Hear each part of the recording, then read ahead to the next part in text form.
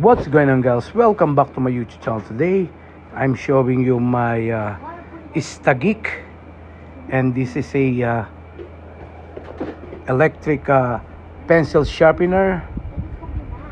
This one is a better sharpener that I got before, because this sharpener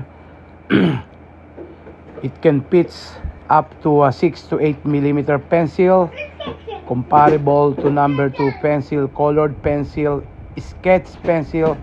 Sony support dual power source, so it powered by AA battery, 4 AA battery at the back of this electric pencil sharpener. And this is a sturdy ABS construction, safety protections, 5 to 10 seconds, 4,000 sharpening, large cleanable saving cup, anti-slip and noise reducing design. So as see, I already been used this one, but I'm gonna show you guys how this thing work. I have a dull pencil with me. This one is need to sharpen, so all you need to do just is set it through and push it all the way. As you see, in just a seconds, not more than 10 seconds, I'm able to sharpen this pencil. This one can be disposed by removing this lead cover. And as you see this,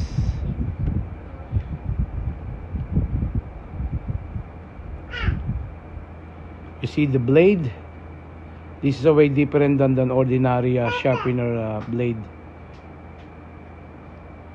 Okay.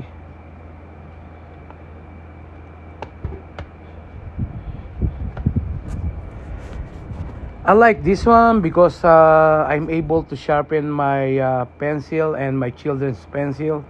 All of my children are in a grade school, so they basically use pencil all the time. And the nice thing with this, if you run out of battery and you want to use a power source, this one is a 5 volts 2 ampere, and it has a USB cable, so you are able to plug it in using your cell phone power supply, and you are able to use this. So I highly recommend you guys. Again, this is Istagik electric pencil, so easy to use. All you need to do is to insert the pencil into the sharpener, and you need to press gently to start sharpening. You need to take out your pencil slowly and empty the shavings.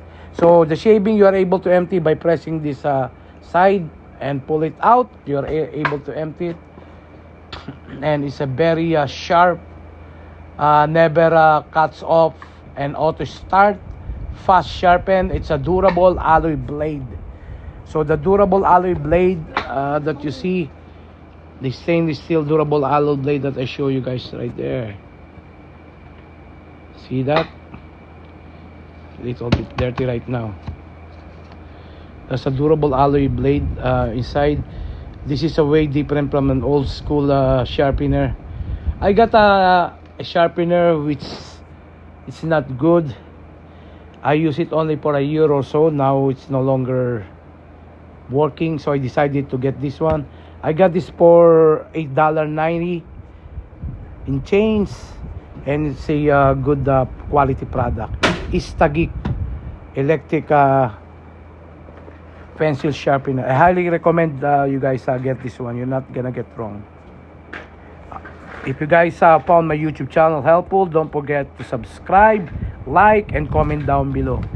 I catch you guys later for my next video. Kindly share, subscribe, comment, and like my video.